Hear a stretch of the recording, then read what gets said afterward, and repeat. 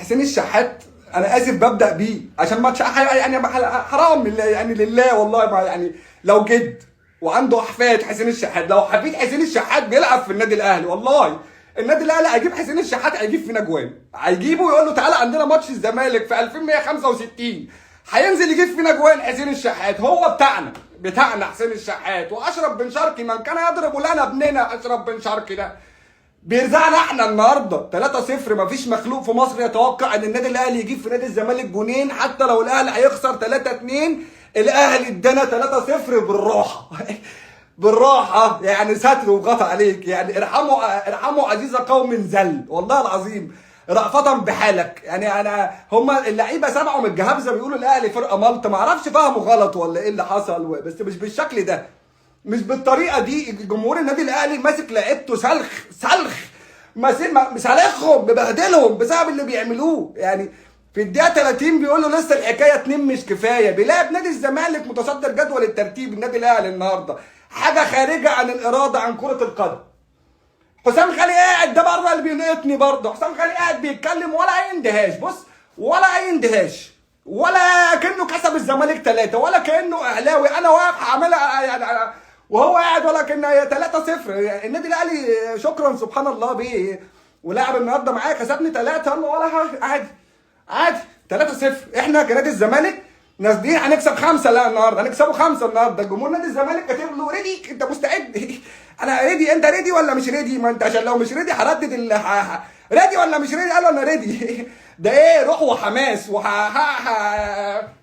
النهارده في الملعب يا ابن 60 في اللتيت، وراح ماسك اللعيبه النهارده. ما تفهمش جمهور الاهلي بيتعامل معانا يعني نفسيا، يعني ما هو ده مره عن الفنيات والتكتيكات اللي الناس كلها بتتكلم ان الاهلي مش موجود حرفيا، هما بيقولوا عليه مالطا عشان كده مفيش امكانيات ومفيش اللعيبه، في حاجه غلط. تيجي قدام نادي الزمالك النهارده برشلونه بلاعب مين انا؟ مين ده؟ ايه ده؟ و1-2 وبتاع وارضيات، وبقول لك ده 3 ستر من عند الله بيرقوا بحالنا النادي الاهلي النهارده.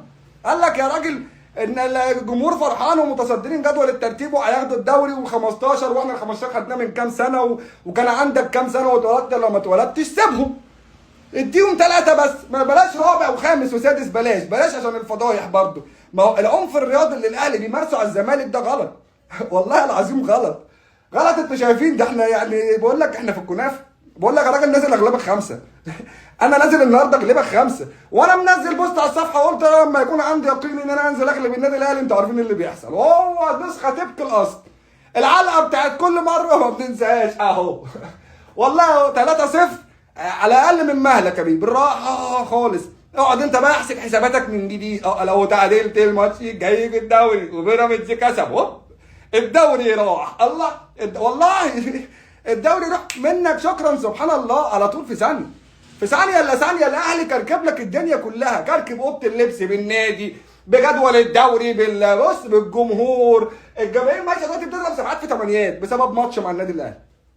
ماتش مع النادي الاهلي خلى الجمهور شكرا سبحان الله باللعيبه بالاستاد الاهلي هيجننا والله هيجننا والله العظيم، فرقه تجن. انت عارفين بتتفرج على الماتش ايه ده؟ مين ده؟ ده الاهلي اللي انا كنت بتفرج عليه، ده مغلوب 3 من بيراميدز. هو ده الاهلي، هو ده الاهلي ورحنا لنا احنا كمان 3. يلا كل سنه وانتم طيبين، ربنا يستر من الايام اللي جايه. سلام عليكم.